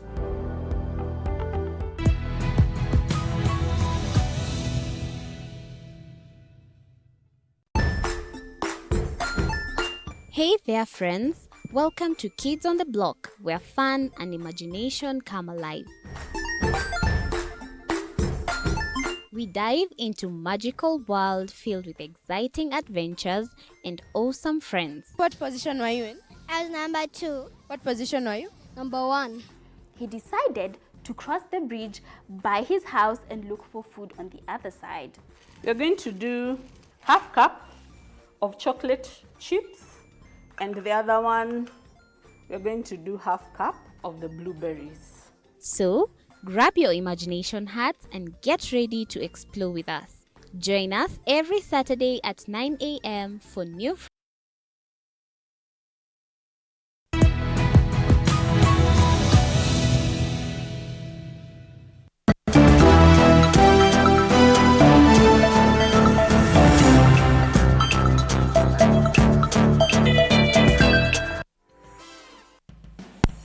All right, welcome back. You're watching The Youth Perspective on Morning Cafe. We continue examining the aftermath of the protests of Wednesday this week that have now resulted in the loss of millions of shillings in terms of businesses, destruction of public property, plus the death of at least 18 people, according to the numbers on the front pages. And I'm still here with a number of young people.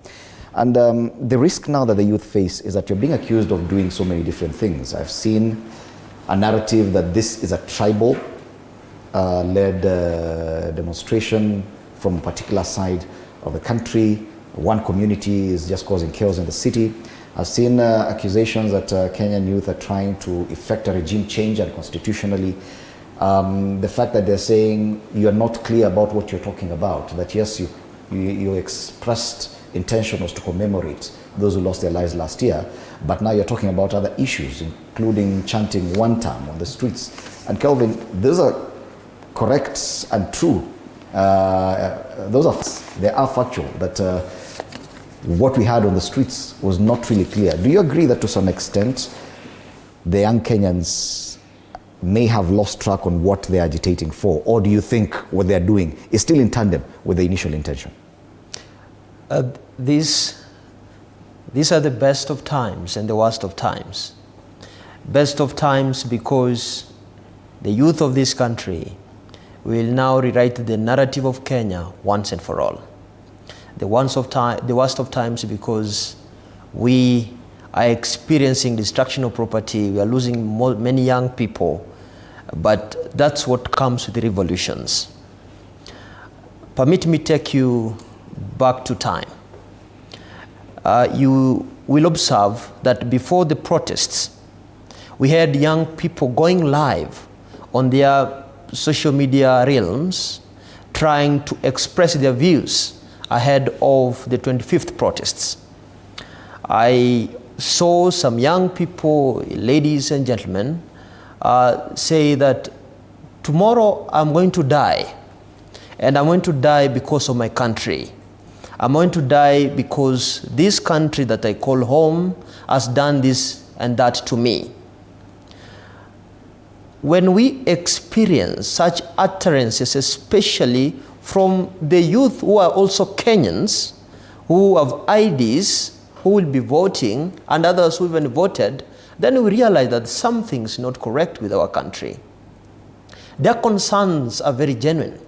Number one, they want economic relief.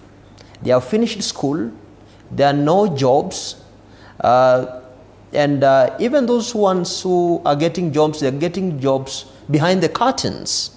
We have so many graduates here who are tamarking and who are really, really fighting life. And they're saying that we want you now to reduce at least the taxation because we'll die of hunger. Others are saying that we want justice and accountability. Why are you killing us? You don't want us in the streets. And when we go to vent online, you come and you arrest us. You take us to the safest place in the world, a police cell. And still, you choke us in the police cell. You kill us. And then you lie to us as if you're that dumb and stupid that we hit our heads. We hit our head several times against the wall, and that's the reason why we succumbed to the injury. And yet we know very well that you strangled us alive. How about a police officer who shoots us at the head at close range? And still, it's taking very long for us to see justice. So many of us have been abducted. Why were they abducted? Where were they taken? We are your children. We are the people who installed you in those offices. Why is it that you are not listening to us? The young people want police and institutional reform. Nothing is working. Nothing appears to be working. We have cried and cried and cried, aired our grievances in so many realms, but still the same police officers who are brothers and sisters, they're doing things that I like better adjectives to even talk about. Yet I also saw the CS Murkomen and say that the police officers, I'm so proud of you. Do your job. If they come anywhere close to those institutions, shoot to kill. How about transparent governance? Look at our politicians. Most of them are silent now because they're eating. And then once we near 2027, they will come to do what they know how to do best. Pushing us to the ditch of stomach infrastructure, where they arrest our stomachs so that they can do the thinking for us. How about political voice? We need inclusion. We need to see young people also sat at those tables so they can also make decisions. That is what we're agitating for. And it's a myriad of issues. It's a myriad of issues. And if the government can take a recess and just have a meeting with herself and understand that these things are not rocket science. These are things that can be done. We can kill corruption. You can do this and you can do that. We have no problems. We'll not go to the streets. We went to just commemorate our lost soldiers, and then they kill us. And once they kill us, we are going to also commemorate those who they killed today, and they will kill us again, and this will continue again and again. But trust me, the writings are clear, and they're bold on the walls. Right. It might not be business as usual, and we are sitting at a time bomb, and history will judge us harshly. Wow. Well said. Wangoi, yesterday this issue was discussed in Parliament, and what came out is that quite a number of MPs believe that politicians from a certain political divide, or one side of the political divide, have taken advantage. In fact, I think it's on the People Daily. They're calling for the arrest of a former Deputy President, Rigathi Gachagua, for funding, directing these protests countrywide. And is it true that probably there's a lot of politics also in the way the young people have taken this route of demonstrations, that yes, politicians may have taken advantage of the Gen Z protests? Well, Ben, what I'm actually seeing, and it's actually devastating, is how politicians are using the Gen Z's demonstrations to settle scores. We haven't seen anything they have actually noted from all this. We haven't seen them like calling for actual dialogues that will yield to anything fruitful, apart from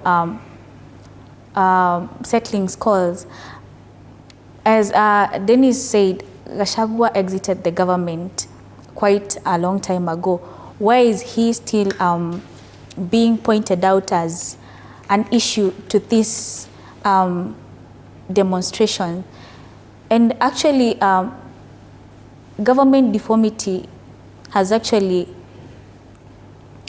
given us reasons. Every single day, the government will give you a reason to go to the streets. If it's not injustices, if it's not taxes, it's femicides. If it's not femicides, it is actually a lack of employment. And so this particular government is frustrating, so to say, and every single day it will give you a reason to go to the streets to fight for your rights. All right. Addition, I need to get your sentiments on the same. The connection between the demonstrations and the current political landscape, because yes, you cannot ignore the fact that we are already in that politically charged space, probably in anticipation of 2027. Don't you think that yes, there's some truth to the fact that, to those claims that there could be a lot of politics in these demonstrations as well? Okay, this literally means that we are not only angry, but we are awake. We are tired of being ignored. I don't see how the government or the current regime works closely with the goons. The finances used to tokenize the young people, the jobless young people who are there, can be used in different ways. Why can't it be channeled to like the Ministry of Education? We have students like children from primary schools in Turkana, we have others in Matungulu East Ward. Why can't that tokens, can they be channeled to education system? So another thing is that the point is very clear. Police should stop enforcing force. Last year we saw military ikiletwa kwa maandamano instead ya kuchunga borders. We are having insecurities in the borders between Ethiopia and Kenya. So why can't they focus on things like that? They should give us the freedom to express our feelings. The point is clear, let the government listen to us and we'll be done with all these things. Swali yangu ilikuwa kuhusu siasa. Demos, siasa inaingilia wapi? Wanasema Rigathi Gachagua is a man behind these demos and he should be arrested. Is there a link between the demonstrations and the current political agitation? If you look someone like Gachagua, they are really struggling for power. Look at the time that he was in the government. What did he used to speak about? Like people like the Kamba people, people like the Gen Zs as we were protesting. Look at the former CS of Interior, Kindiki. What did he say? Now he's the deputy president. So these people are now like, they have their personal interest against, like, they want to get now the power. Yeah. Okay. So Gachagua, does he have anything to do with this protest? Because I think on the People Daily, it's a big headline. Arrest Gachagua. Joy. As for me, I can say I don't know. Yeah. And what I can say is that we the Gen Zs, we are tired.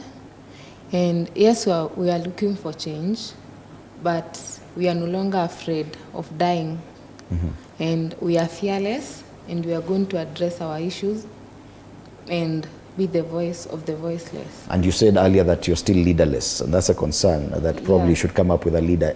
Should that be the change that you're looking for? And can politicians take advantage of that to portray themselves as the leaders of the Gen Z movement?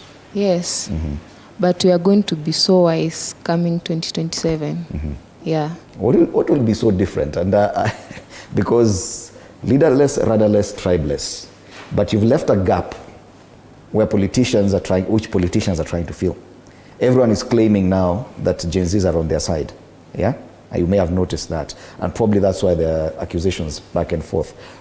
How will you ensure that this political blot does not affect how Gen Zs are referred to? Okay. I can say changing something might be so difficult, but failure to do so, it may become a disaster. So we as the youths, we are going to try our best and to ensure that we handle this with a lot of knowledge from the experience that we have gained so far. All right. Yeah. And I'm looking at our time and I can see we have exactly 14 minutes and you're 7 of you, so I'll give you each 2 minutes to talk about what we expect or what we anticipate going forward. Speak to Kenyan youth. Dennis, tell them what probably should happen going forward from your perspective. Okay. This I direct to the Kenyan youth. Never lose hope. This is our country and we deserve all the rights that are enshrined in the Constitution. If the leaders do not follow the rules and they expect us to follow the rules, we shall not accept that to happen. Don't give up. To all those who have lost their lives, trying to fight for our rights, we are in debt. Let's continue fighting because this leadership, we demand for it. We demand for good leadership. If it is the laws that we are supposed to change so that all of it can go away, let's do that. We have issues with debt. Debt cannot be audited by the Auditor General. Why? Because that is where corruption takes place. We have other issues, quite a number of them. We can change the Constitution and say that leaders who go beyond 2 terms in their positions, that is it. We are still recycling the same leaders who will always do their best to lie to us and do business and become richer as we become poorer. So, young people in Kenya, it is not a must that we wait until they lie to us from time to time. We might be singing the words of 1 term, but those are still the words of other politicians who will still come back and still do the same thing. Young people from Kenya, believe me and believe in yourselves that we are going to take this country to the next level. If we change all these people, let's do away with the system because the system is rigged and we cannot trust that this system is the one that is to deliver us to Canaan. Okay, so you do admit that it is possible for some politicians to take advantage of the young Kenyans in these demonstrations and to push a certain agenda? Yes, they will come and tell us we are the people who are going to make changes, but they will still go back to the same things that they normally do. They protect their own interests and leaders. Look at the Raila Amolo Odinga. He has been fighting for us. Now he is in government. The other day he was saying that these demonstrations, young people, don't do demonstrations. Don't destroy property. But the fact is, all these mandamanos, he is the one that we look up to. He is the one that we follow. He is the one who started this. Akisema haya kitambo, all people could just go down, nachukua mawe, unarushia mwenzako, unarushia polisi. And it was normal then. Why say that we are destroying property? And why say that we are now intimidating the police? And yet, it is already a system that maandamano bila tear gas, sio maandamano. So, we are young people. We are going to change everything. Despite all the damages that happened during the June 25th protests, it will always happen. Because why do we have the police? It means that we have those who are corrupt, those who are thugs, and those who do evil in the society. So even during that time, there is maybe someone who has been jailed like previously. Maybe those people with mental health issues, they just come and secure that opportunity. And maybe you will steal. There are those business people who have lost millions. We have worked so hard so that that business can do something. But through the looting, everything was gone. So I condone with all those who have lost their businesses. It is not our intention as young people to do that. But as always, we have the police station because there will always be evil people out here. We are not the people who looted. They are goons, and most of these goons, they are normally hired by someone who hires goons and someone who takes money from another who hires goons. Okay. So there is always the one who is the source of all the goons. Okay. Allow me to change up the numbering. So Dishon, go next with your final word. Okay. My appeal to the young people, siku wataacha kutua, siku watatusikiliza, na tutapunguza. Otherwise, we'll continue streamlining the system. Yeah, the message is clear. Tupatane sabasaba, siku wataacha kutua. All right. Yeah. Kiama, your message? To the Kenyan youth, there's still hope. Don't despair. We know we are clutching at straws, but there's still hope. But besides everything that is happening, we as the Kenyan youth, this is a very important demographic. We have to walk the talk. Mm-hmm. We cannot just be projecting to the political class, they are doing this and that. But we only complain of corruption because we do not benefit from it. We have to change our culture so that we can change our politics. We cannot use politics to change our culture. So it must start from us. If it's civic education, we cannot just stand there waiting to benefit from all these proceeds of nepotism, corruption, and tribalism. Yes, we all come from our tribes. It's not out of order to belong to a tribe, but we should not allow ourselves to be balkanized into tribal cocoons. We should not allow the political class to weaponize tribes against each other. To the Kenyan youth and to the Kenyan masses, the Kenyan people, what I will tell you this morning is that victory is certain. Victoria is certa. Victory is certain, and we can see victory snowballing on the horizon. And to the people, the Kenyan youth should be keen. Even if we do not solve some issues through the protests and demos, let us have our voters' card. We know the system may be rigged and may have many flaws, but let us register en masse and also seek those elective positions. We know we can also change, because we have seen others changing the system within the system. Those who will not manage to change the system within the system, we change it outside the system. For me, in my case, I'll be seeking an elective position to represent the great people of Giri constituency, come 2027 as the Member of Parliament. All right. So I'll be part of change, not just saying it, but walking the talk. Thank you, Fred. All the very best. Yeah. Wangui, go next. Well, I have a few things to actually highlight, and as I said earlier, the solution lies with the government. They can actually end all this if they do reforms. And some of the things that I actually want to say is actually on the issue of IDs.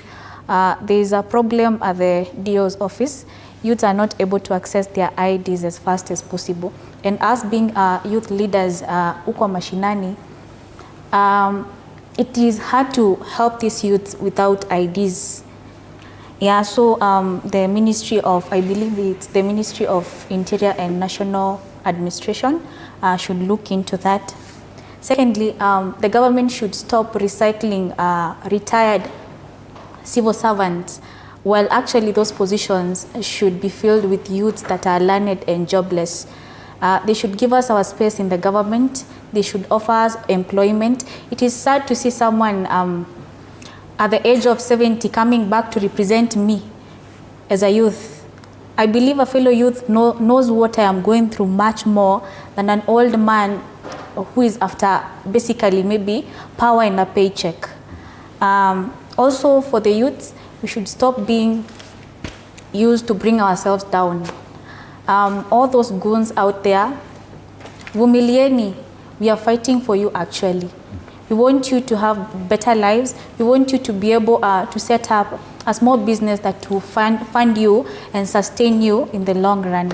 And to the president, I believe there's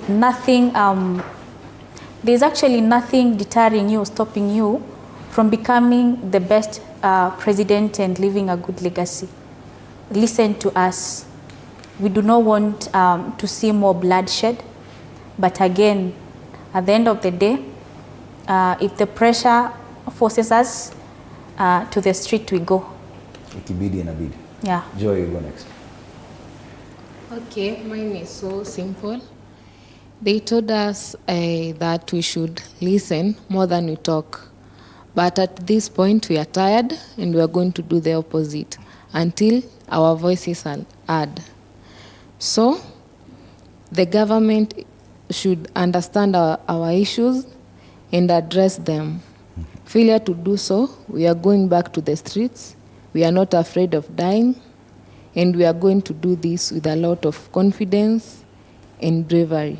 And we believe that at the end of this, we are going to make it, we are going to make a change, and our nation will transform. All right. Yeah. Thank you. Kelvin. Comrades, this is our time. And as it stands, we are the only voice of reason in this country. They will come to us. The misleaders masquerading as leaders, identifying themselves as Gen Zs, also as friends of Gen Zs. And now it is my clarion call that we fix our eyes on the ball. We are slowly but surely getting to the zenith of success. We are climbing up the mountain top, and victory is certain. We believe that this, our country, will one day be safe. It will be safe from the politicians who are paying people to finish us. It will be safe from politicians who are creating enmity between us and our brothers and sisters who are the police. Our country will be safe from politicians who are looting us to the ground. Let it be known to you that very soon, and very soon indeed, history will say of us, Veni Vidi Vici, that we came, we saw, and we conquered. This is our time. Thank you. Well said. Finally, Robert, you wrap it up for us. Okay, as my parting shot, I want to advise our government, the government of Kenya, that up to this era, we are not supposed to be talking about or speculating issues. If the government is aware that the former deputy president is behind all this, Kenya is a country that is actually governed by the rule of the law. By now, they should not be talking about whether he should be arrested or not. He will have been apprehended as we speak. To the CS of Interior, Mr. Murkomen, he must understand that threats cannot bring change, and that darkness cannot drive out darkness. If we believe that there is darkness, then he must seek the help of the light for us to see the light at the end of the tunnel. And finally, to the families that actually fell victims, the victims of the just concluded protests, I say a word of condolences to the families of their loved ones, and that killing the protesters can just keep on fueling further protests in the near future. Killing majority of them, as we have also been informed that there were bodies that have been discovered somewhere in OTC, in a supermarket. I want to urge the government to move with a lot of speed. I don't want to speculate. Once they discover that it is the truth, those people behind, the police, they should be accountable and answerable to everything. Otherwise, thank you so much.